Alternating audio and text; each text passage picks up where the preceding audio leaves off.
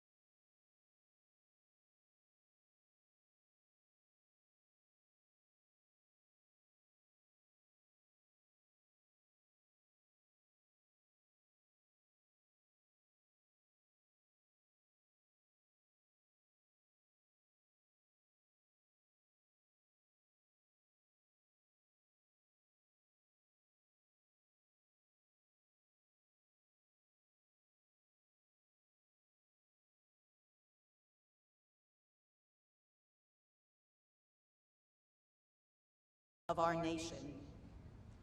Our nation's veterans have faced horrific challenges on land, sea, and air.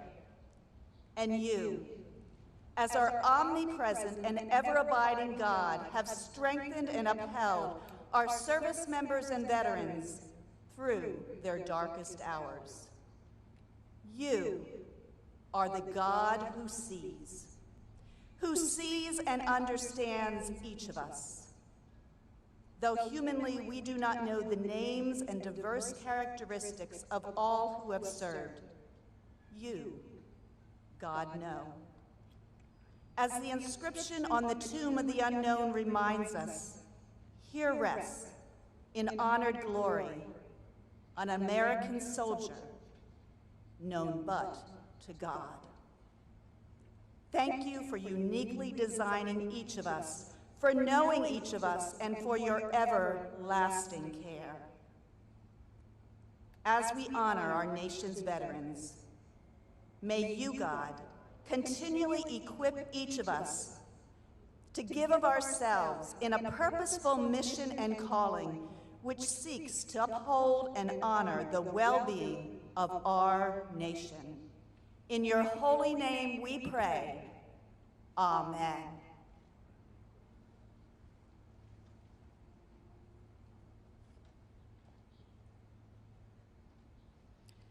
Now, I'd like to invite Mr. Alan Paley, National Commander, Jewish War Veterans of the United States of America, to lead us in our Pledge of Allegiance. I pledge allegiance to the flag of the United States of America and to the republic for which it stands, one nation, under God, indivisible, with liberty and justice for all. Please be seated. It is now my distinct privilege to introduce the members of the Veterans Day National Committee located in box seats throughout the amphitheater. The committee was formed by presidential order in 1954 to plan this annual observance in honor of America's veterans and to support Veterans Day observances throughout the nation. Please hold your applause until I have introduced these special guests. If you're able, please stand when your name is called. Mr. Alan Paley, National Commander, Jewish War Veterans of the United States of America. Mr. Tom Burke, National Vice President, Vietnam Veterans of America. Mr. Matthew M. Fritz Mahelchik, Commander-in-Chief, Veterans of Foreign Wars. Retired Navy Chief James W. Campbell, National President, Fleet Reserve Association. Mr. Gregory S. Hoon, National Commander, AMVETS. Mr. Charles Shearer, National Commander, Army and Navy Union. Retired Navy Fleet Master Chief Paul A. Kingsbury, President, Non-Commissioned Officers Association. Mr. Corey D. Bates, National Vice Commander, the American Legion. Mr. James McCormick, National Commander, Military Order of the Purple Heart. Retired Marine Corps Sergeant Major Johnny Baker, National Commandant, Marine Corps League. Retired Army Chaplain Brigadier General Robert Pliskowski, National President, Military Chaplains Association. Retired Marine Corps Corporal Charles Brown, National President, Paralyzed Veterans of America. Retired Marine Corps Lieutenant Colonel Jack Murray, National Commander, Legion of Valor of the United States of America. Retired Army Lieutenant Colonel Michael A. Oken, MD, Commander-in-Chief, Military Order of the World Wars. Mr. Justin Jump, National President, the Retired Enlisted Association. Retired Army Staff Sergeant Leroy A. Petrie, President, Congressional Medal of Honor Society. Mr. Andy Marshall, National Commander, Disabled American Veterans. Retired Air Force Lieutenant General Dana T. Atkins, President and Chief Executive Officer, Military Officers Association of America. U.S. Public Health Service Commander Kelly Valente, Chair, Board of Directors, Commissioned Officers Association of the United States Public Health Service. Retired Air Force Chief Master Sergeant Carrie Wright, International President, Air Force Sergeants Association. Mr. Robert Swan, National Commander, Polish Legion of American Veterans. Mr. Jeffrey J. Brodeur, National President, Korean War Veterans Association. Mr. Luis A. Vasquez Contiz, National Commander, American GI Forum. Mr. David Crum, National Commander, Catholic War Veterans of the United States. Mr. Joseph D. McNeil, Sr., National President, Blinded Veterans Association. The associate members of the committee are also located in seats throughout the amphitheater. I'd like to ask the presidents and national commanders that comprise our associate membership to stand and be recognized. And ladies and gentlemen, please join me in recognizing our veterans' national leadership with your applause.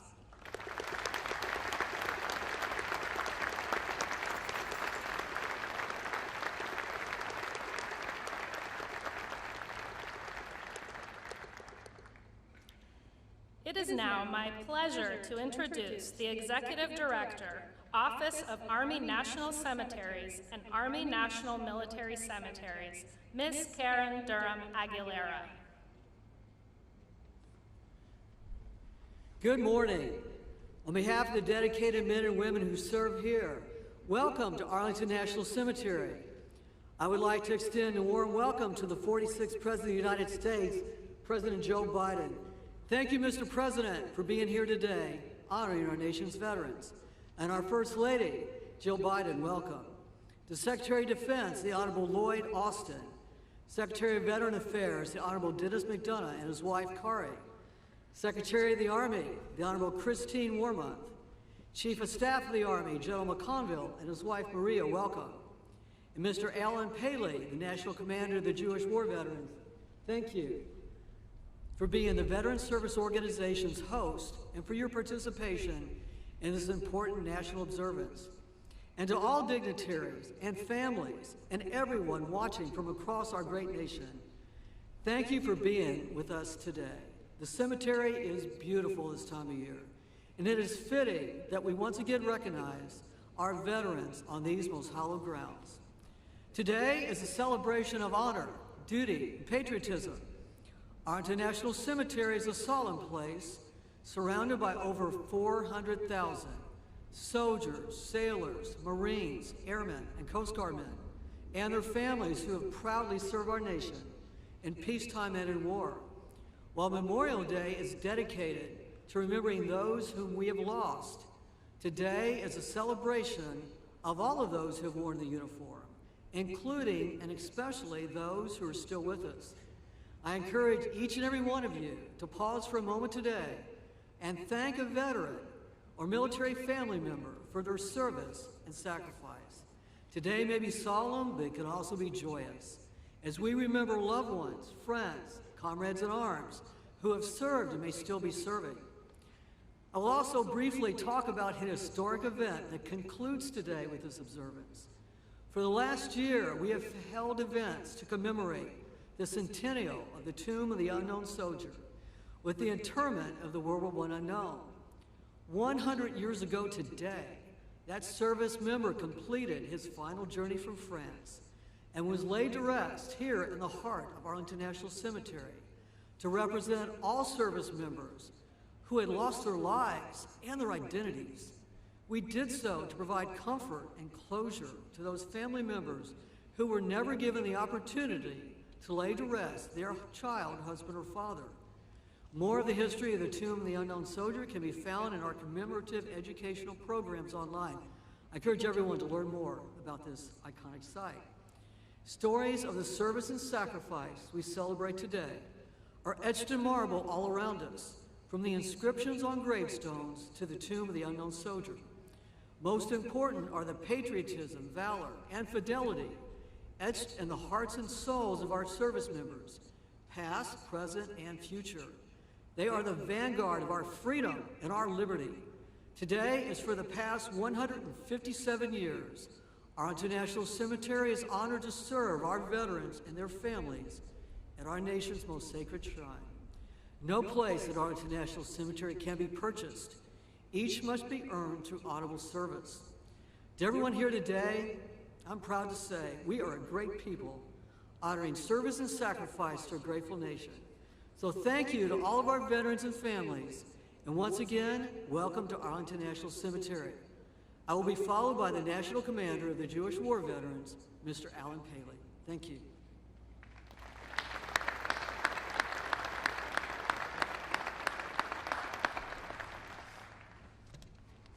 President Biden, Secretary McDonough, Director Aguilera, Major General Pepin, distinguished guests, my fellow veterans, ladies and gentlemen. On Veterans Day, at the 11th hour on the 11th day of the 11th month, we pause for a few brief moments to both honor and pay tribute to the men and women who served in the defense of our country and then returned home. We owe you our thanks, our respect, and our freedom. George Washington spoke about the country's obligation to care for its veterans and their families. He said, "The willingness with which our young people are likely to serve in any way shall be directly proportional to how they perceive the veterans of earlier wars were treated and appreciated by their nation." Let us remember, treated and appreciated. Engraved on a granite wall of the Korean War Memorial a short distance from here is a simple but powerful phrase: freedom is not free. The freedoms we enjoy today were made possible by the more than 19 million living veterans and countless others who served in the defense of our country. The symbols of America and freedom are interlocked, and they are present here today. The flags flying, the white grave markers, and all of us, the veterans and service members who protected our nation. It is you that we celebrate and honor today. Our work continues as citizens in supporting America's veterans and service members. JWV and VSOs must continue to fight for adequate funding for VA services and ensure that issues facing veterans from all eras remain at the forefront. I call on each of you to take action and make your voice heard on issues we continue to face, including ending homelessness, increasing access to health care, delivering mental health care, reducing claims processing times, deploying integrated electronic health records, and addressing toxic exposure concerns in a comprehensive way. Seated throughout the amphitheater this morning are the leaders of many veteran service organizations. Every VSO was created with the purpose to advocate for the unique needs of the veteran community. VSOs understand and work tirelessly to maintain and improve the benefits we earned. There is strength in numbers, and veterans must continue to be strong advocates and have our voices heard. When the Jewish War Veterans celebrated its 100th anniversary, our National Commander, Robert Zweiman, also addressed this gathering. His closing remarks that day are just as powerful today as they were in 1996. He said, and I quote, "Never should our government presume that by setting aside but one day, they have met their obligation to the survivors of yesterday's wars and today's or tomorrow's conflicts. We welcome your thoughts that this is not merely a singular day of honor, but indeed a public recognition of obligation to service. and we welcome your concerns that such obligation must be answered with compassion and with resolve." End quote. I stand before you as a veteran myself. As we honor, celebrate, and share thanks, we must remain vigilant and continue to ensure that the freedoms, benefits, and services we enjoy today remain with us for centuries to come. May God bless those who have earned the title of veteran, and may God bless the United States of America. Thank you.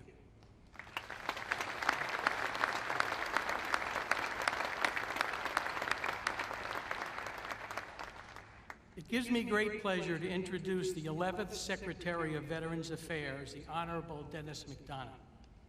Before coming to VA, Secretary McDonough served as the 26th White House Chief of Staff, working across the cabinet to develop and execute critical U.S. priorities in national security and domestic policy. Before his tenure as Chief of Staff, he served as Principal Deputy National Security Advisor, Chief of Staff of the National Security Staff, Deputy National Security Advisor for Strategic Communications, and Chair of the National Security Council's Deputies Committee. In all of those roles, he helped lead the administration's work on behalf of veterans and military families. He believes deeply, as he testified to Congress, that there is no more sacred obligation nor noble undertaking than to uphold our promises to our veterans, whether they came home decades ago or days ago. Join me in welcoming the Secretary of Veterans Affairs, Dennis McDonough.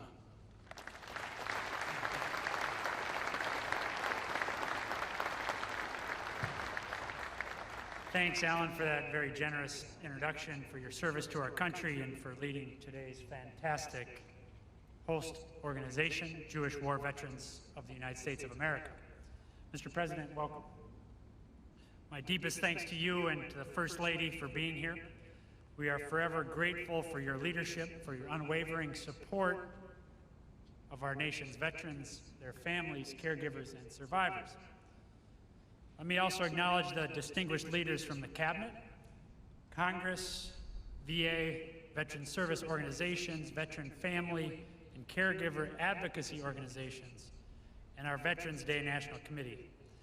It's great to be here with you. Most of all, thanks to the veterans, their families, caregivers, and survivors with us this morning. This day is your day, and it's an honor to spend it with you.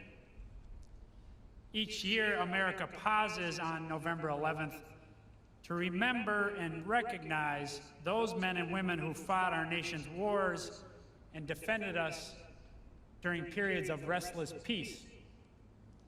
From the beginning of our fight for independence at Lexington and Concord to the end of the longest war in American history in Afghanistan, millions of veterans have risked their lives to preserve the democratic ideals of this great nation. We live in peace and prosperity today because of them and because of you. On this day, we must not only appreciate those great blessings and the vets who delivered them, we must also remember the terrible cost at which they came. Veterans have told us of the costs of war throughout history. In letters home from World War II, Captain George Montgomery of the 82nd Airborne Division described his experience on D-Day, writing, "I never, in my wildest dreams, knew such terror could grip your very soul."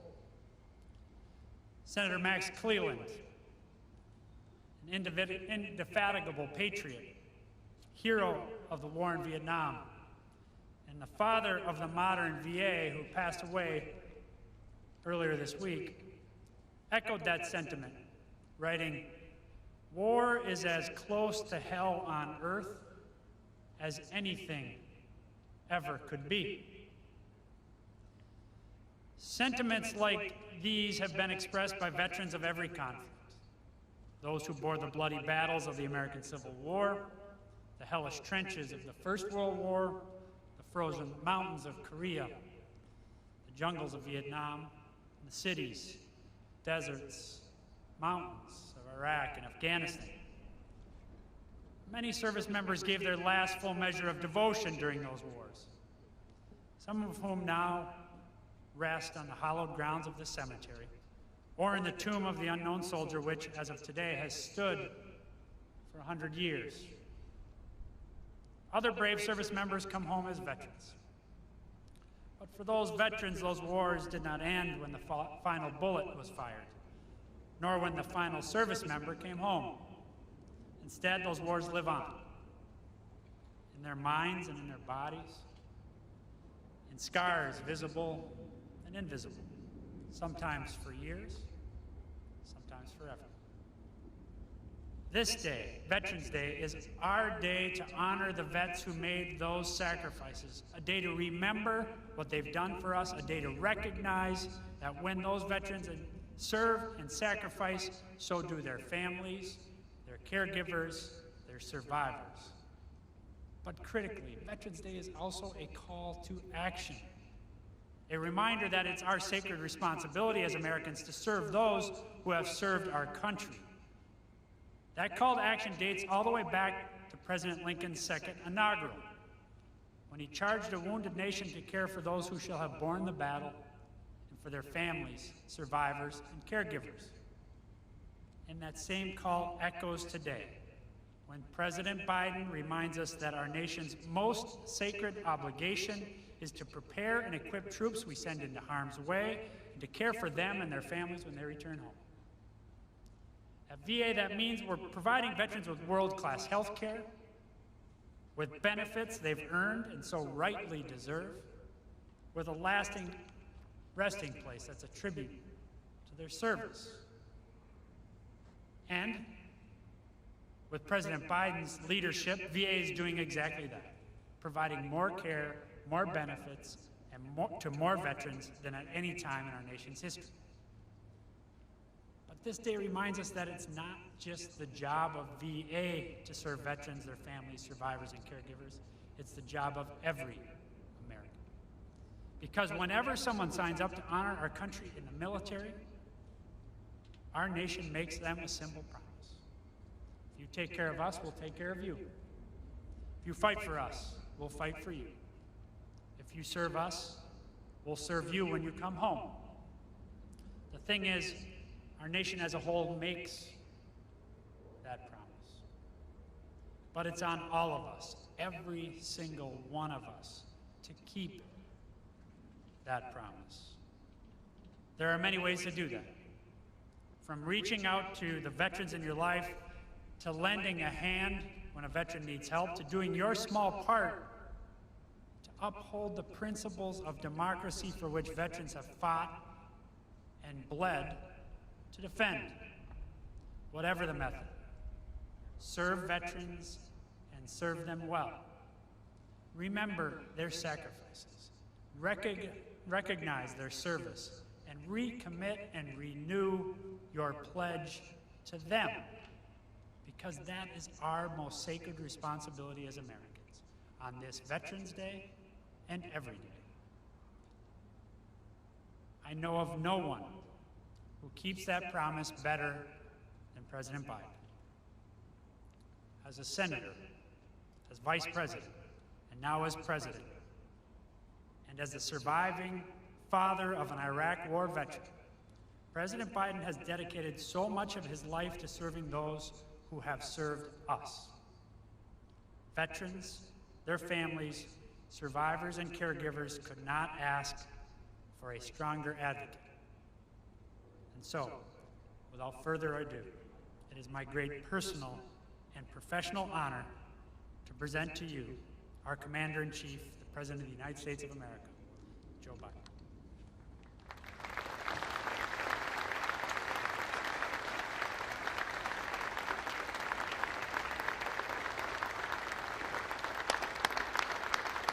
Thank you. Thank you, thank you. Thank you, Mr. Secretary. Folks, being President of the United States, you you are afforded many opportunities to try to express your love, commitment, and admiration for the American people.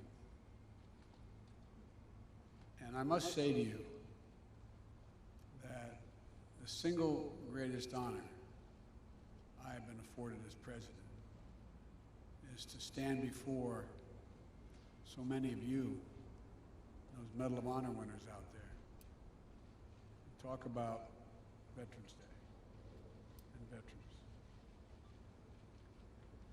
I want to welcome all the cabinet members and honored guests joining us today, including the father of our Secretary of State, who served in the Army Air Corps during World War II, Ambassador Donald Blinken, whose birthday is today.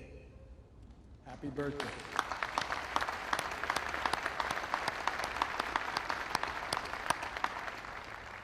Thank you for your service to our country.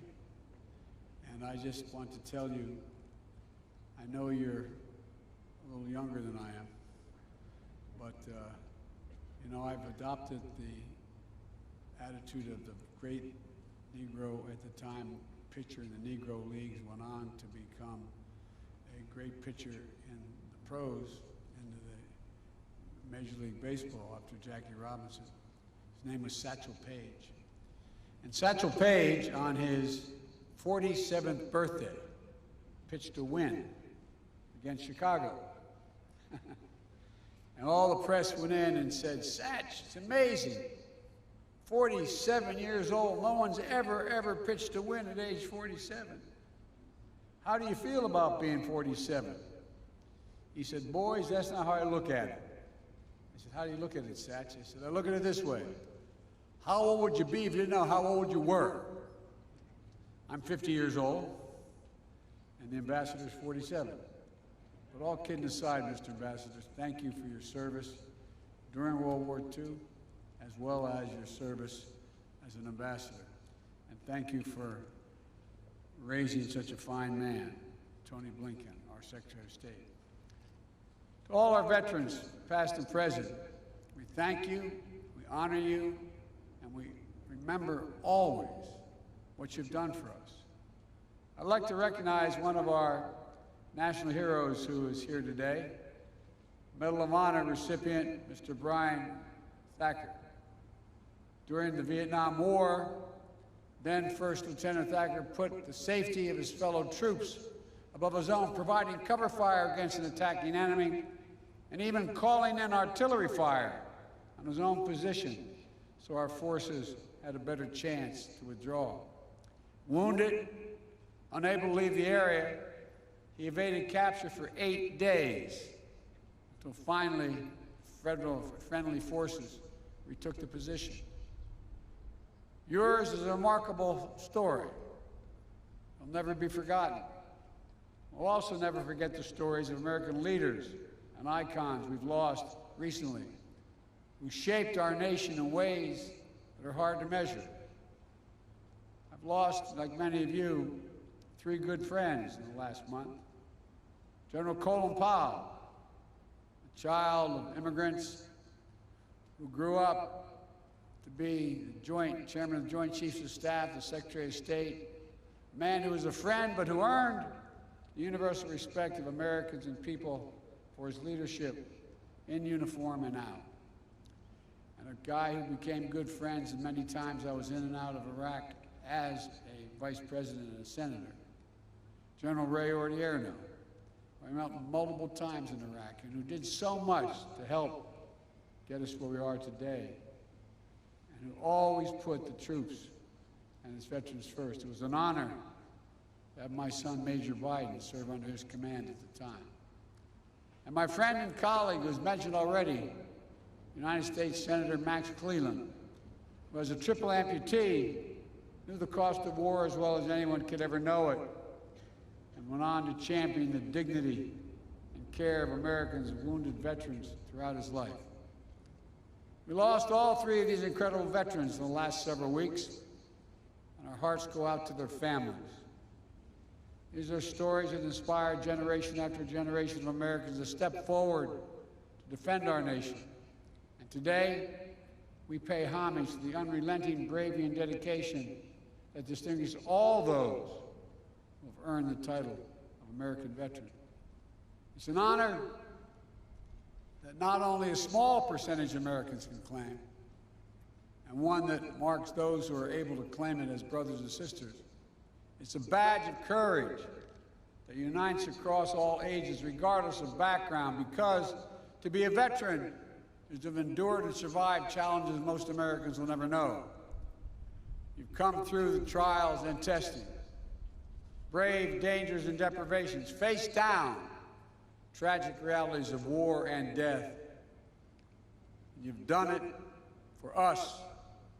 You've done it for America, to defend and serve American values, to protect our country and our Constitution against all enemies, and to lay a stronger, more secure foundation on which future generations can continue to build a more perfect union. Each of our veterans is a link in a proud chain of patriots that has stood in the defense of our country from Bunker Hill to Belleau Woods, Gettysburg to Iwo Jima, Chosin Reservoir to Konar Valley. Each understood the price of freedom, and each shouldered that burden on our behalf. Our veterans represent the best of America. You are the very spine of America, not just the backbone, you're the spine of this country. And all of us owe you. And so on Veterans Day, and every day we honor that great debt and recommit ourselves to keeping our sacred obligation as a nation to honor what you've done. We have many obligations to our children, to our elderly, to those truly in need. But I've gotten in trouble way back when I was a young senator for saying we only have one truly sacred obligation. We have many obligations, but one truly sacred obligation. To properly prepare those and equip those who we send into harm's way, and care for them and their families while they're both deployed and when they return home. This is a lifetime sacred commitment. It never expires. And for me and for Jill and for the entire Biden family, it's personal. When Bo was deployed to Iraq, after spending 6 months in Kosovo as an assistant U.S. attorney trying to set up a criminal justice system, I got a call from him one day. He said, "Dad, what are you doing Friday?" And I said, "What do you need, hon?" What do you need? He said, "I'd like you to pin my bars on." I said, "What in the heck have you done?" He said, "Someone's got to finish these wars, Dad." True story. Jill and I learned what it meant to pray every day for the safe return of someone you love. So many of you have done that. Our grandkids learned what it meant to have their dad overseas in a war zone instead of back at home for a year, tucking them into bed and reading that story every night. Thousands of Americans, tens of thousands, have had that experience. As the English poet John Milton wrote, "They also serve who only stand and wait." All the mothers and fathers, sons and daughters, spouses, all those who stand alongside our veterans and their families, caregivers, survivors, you are the solid steel spine that bears up under every burden, the courageous heart that rises every challenge. We've asked so much of you for so long, and our nation is grateful. For 2 decades, the lives of our service members and their families and veterans have been shaped by the conflicts in Iraq and Afghanistan. Since 9/11, hundreds of thousands of Americans have served. So many are still serving today in harm's way, and we cannot forget them. The American people are forever grateful and in awe of what you've accomplished. But in fulfilling their mission, so many veterans and their families and caregivers have been through hell. Some facing deployments after deployment, spending months and years away from their families, missing birthdays, anniversaries, and collections. I remember one of the last times I flew into Iraq in the so-called Silver Bullet. I remember walking up to the cockpit, and the crewmasters along with the pilots were up there, and I said, "How many of you, is this your first tour?" No one raised their hand. There were 5 people. Second tour, no one raised their hand. Third tour, 2 raised their hand. Fourth tour, 2 raised their hand. Fifth, 1 raised their hand. Folks, on Veterans Day, we have to always remember that there's nothing low risk or low cost about war for the women and men who fight it. I carry with me in my pocket every single day. I have my chaps to check with the Defense Department. On the back of my schedule, I have U.S. daily troops in Afghanistan killed and wounded, U.S. daily troops in Iraq killed and wounded. 52,323, not roughly 53,000. Every one of these individuals has a family, has a unit at home. 53,323 American servicemen and women wounded in the conflicts of Iraq and Afghanistan. 7,074 gave their lives. The last full measure of devotion. Untold, thousands more return home, as our secretary can tell you, with unseen psychological wounds of war. The enduring grief borne by our Gold Star families. These are the cost of war that we'll carry as a nation for decades to come. And to all veterans, service members, their families, caregivers, survivors, I want you to know that our administration is going to meet the sacred obligation that we owe you.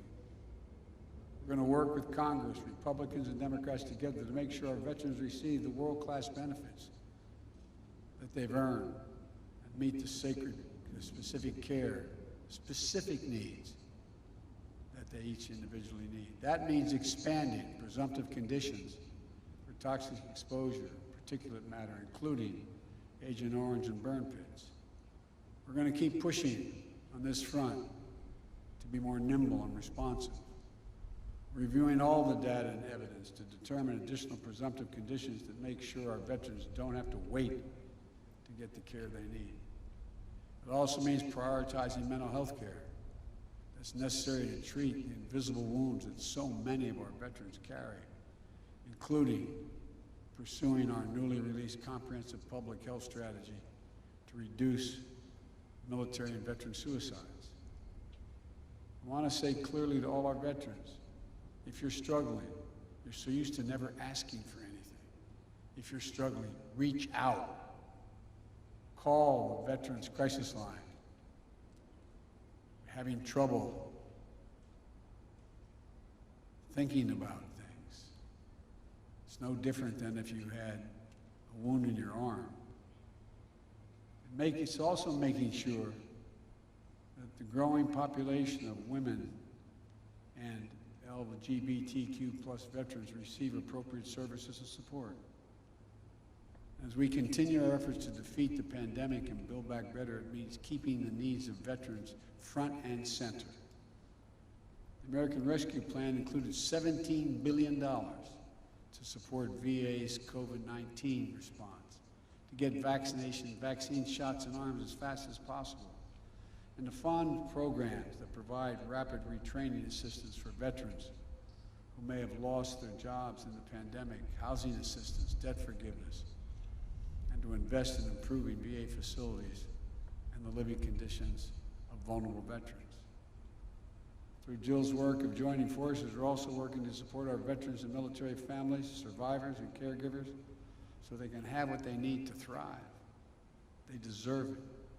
As Secretary McDonough noted, this Veterans Day also marks the centennial of one of the most hallowed American monuments, the Tomb of the Unknowns. 100 years ago today, an American soldier of the First World War, as the tomb says, known but to God, end of quote, completed the voyage from an unidentified battlefield in France over the rough Atlantic seas here to Arlington National Cemetery.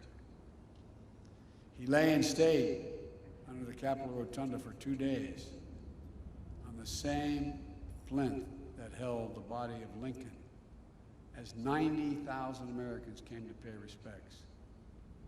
On the final leg of his journey, he was escorted from the Capitol by the President of the United States, the Chief Justice of the Supreme Court, members of Congress, General Pershing, and the Chiefs of Staff. Medal of Honor recipients, all walking, as the Washington Post said, processing without parallel, to give honor due to American servicemen. Not just the anonymous soul today entombed in gleaming marble, but the generations of Americans who dared all, risked all, gave all for the cause of freedom. To commemorate in the wounds of the member, in the words of the member of Congress who proposed the legislation creating the memorial, an American warrior, quote, this is the quote, who typifies the soul of America. You veterans of the soul of America, America's soul. It's why our veterans have always fought, always been willing to put themselves on the line. That the first unknown lies now with his brethren, unnamed warriors from later wars, fellow patriots who picked up the mantle of honor and made it their burden. Today, 100 years later, we keep a sacred watch over their graves. Generations of elite sentinels have taken the post, pledging their eternal vigilance. We lay wreaths, we renew our oaths, we stand in solemn awe of such fidelity. Because for us to keep faith with American veterans, we must never forget exactly what was given us, what each of them is willing to put on the line for us. We must never forget that it is the mighty arm of the American warrior, never bending, never breaking, never yielding, generation after generation, has secured for us the blessings of a nation that still stands today as a beacon of liberty, democracy, and justice around the world. God bless you all. God bless all American veterans and those who proudly earn that title. And may God protect our troops. Thank you.